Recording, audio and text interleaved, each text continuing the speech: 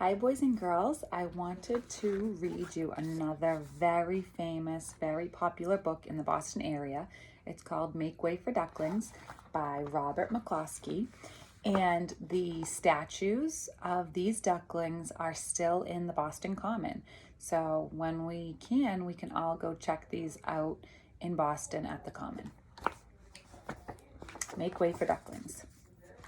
Mr. and Mrs. Mallard were looking for a place to live. But every time Mr. Mallard saw what looked like a nice place, Mrs. Mallard said it was no good. There were sure to be foxes in the woods or turtles in the water, and she was not going to raise a family there. So they flew on and on.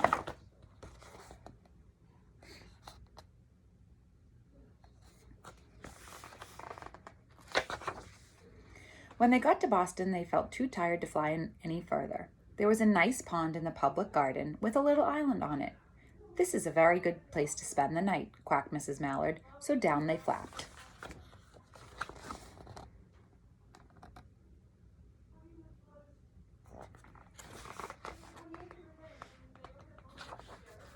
Next morning, they finished their breakfast and looked for more in the mud in the pond, but they didn't find much.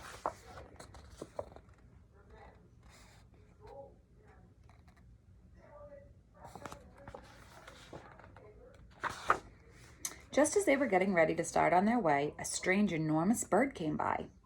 It was pushing a boat full of people, and there was a man sitting on the back. "Good morning," quacked Mr. Mallard, being polite. The big bird was too proud to answer, but the people on the boat threw peanuts into the water. So the Mallards followed them all around the pond and got another breakfast, better than the first.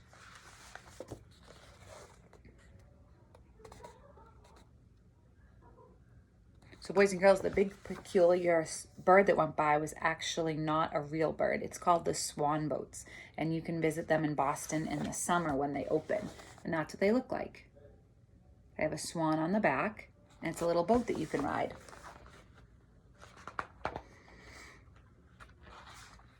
"I like this place," said Mrs. Mallard as they climbed on the bank and waddled along. "Why don't we build a nest and raise our ducklings right in this pond?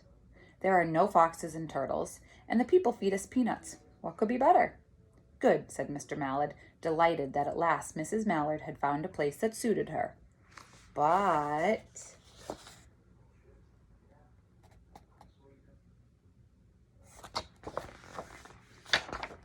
"Look out!" squawked Mrs. Mallard, all of a dither. "You'll run us over." When she caught her breath, she added, "This is no place to add a babies. I've changed my mind. These horrid things are running around. We'll have to look somewhere else."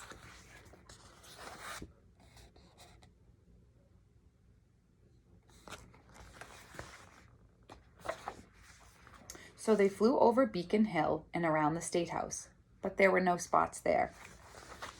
Boys and girls, this is still what the State House in Boston looks like, and it's right across the street from the Boston Common where the swan boats are. They looked in Lewisburg Square, but there was no water to swim in. And this is what the streets and the houses looked like near the Boston Common. Then they flew over the Charles River. "This is better," quacked Mr. Mallard. "That island looks like a nice quiet place, and it's only a little ways from the public garden." "Yes," said Mrs. Mallard, remembering the peanuts. "That looks like just the right place to hatch ducklings." So boys and girls, some people call it the Boston Common, and some people call it the public garden. It's the same place. So they chose a cozy spot among the bushes near the water and settled down to build their nest.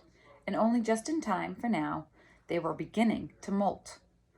All of their old wing feathers started to drop out, and they would not be able to fly again until new ones grew in. So boys and girls, that's what mallard ducks do. Their feathers molt, and then new ones grow in.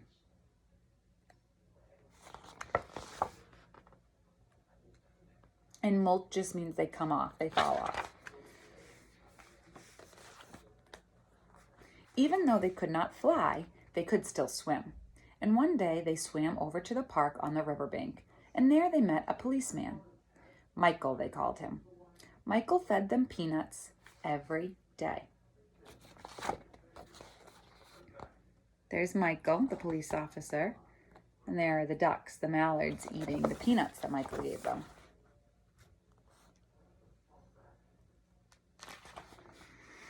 After Mrs. After Mrs. Mallard had laid 8 eggs in the nest, she couldn't go visit Michael anymore because she had to sit on the eggs to keep them warm. Boys and girls, I want you to think about it. Another bird that you know about whose dad sits on the eggs to keep them warm. She moved off the nest only to get a drink of water, have her lunch, or to count the eggs to make sure they were all there.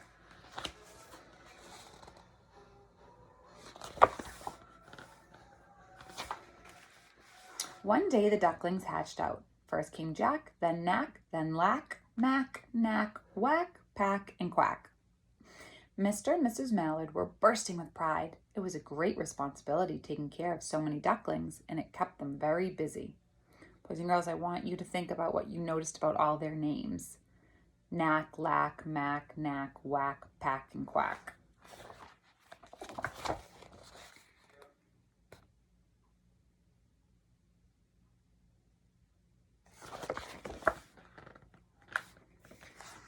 One day, Mr. Mallard decided he'd like to take a trip to see what the rest of the river was like. So off he set. "I'll meet you in a week in the public garden," he said. "Take good care of the ducklings." "Don't you worry," said Mrs. Mallard. "I know all about bringing up children." And she did.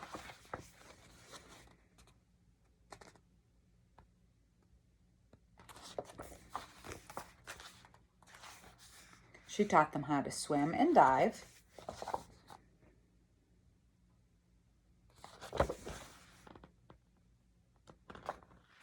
She taught them to walk in a line, to come when they were called, and to keep a safe different distance from bikes and scooters and other things with wheels.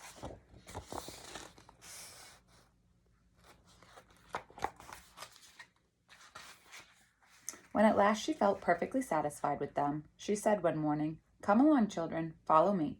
Before you could wink an eyelash, Jack, Knack, Lack, Mack, Knack, Whack, Pack, and Quack fell into a line, just as they had been taught. Mrs. Mallard led them to the water, and they swam behind her to the opposite side.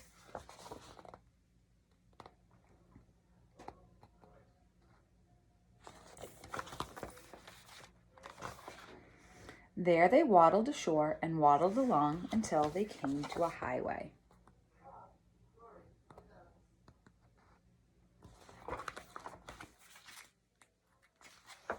Mrs. Mallard stepped out to cross the road. Honk, honk, went the horns. Quack, quack, went Mrs. Mallard. Quack, quack, quack, said the ducklings.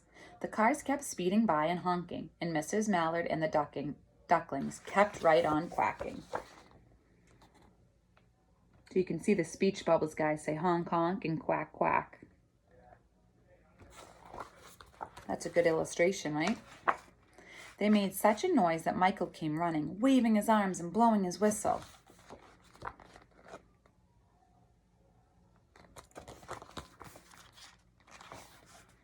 He planted himself in the center of the road, raised one hand to stop traffic, and then beckoned with the other to cross the street the way the policemen do. Mrs. Mallard and the ducklings crossed.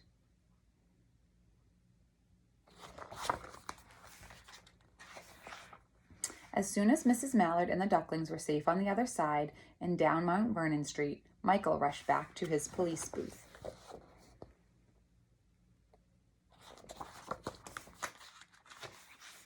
He called Clancy at headquarters and said, "There's a family of ducklings walking down the street." Clancy said, "A family of what?" "Ducks," yelled Michael. "Send a police car, quick."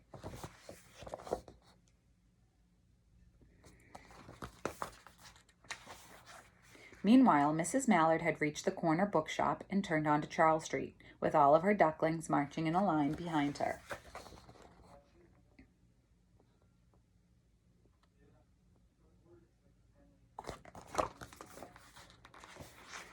Everyone stared. An old lady from Beacon Hill said, "Isn't this amazing?"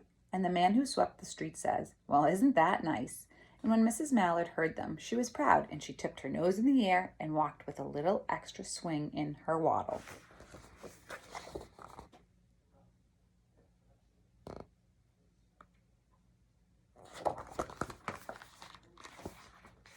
When they came to the corner of Beacon Street, there was a police car with 4 policemen that Clancy had sent from headquarters.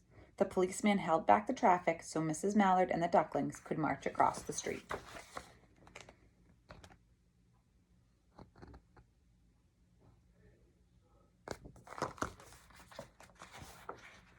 Right into the public garden.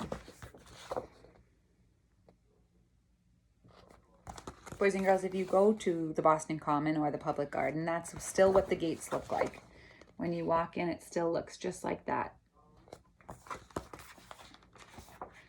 Inside the gate, they all turned around to say thank you to the policeman. The policeman waved and smiled goodbye.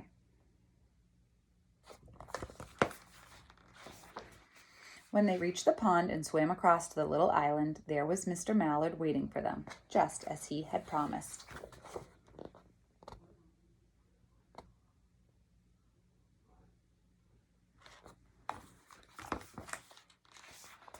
The ducklings liked the new island so much that they decided to live there.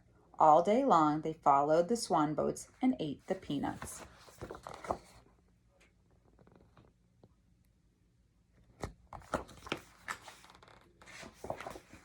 And when night falls, they swim to their little island and they go to sleep.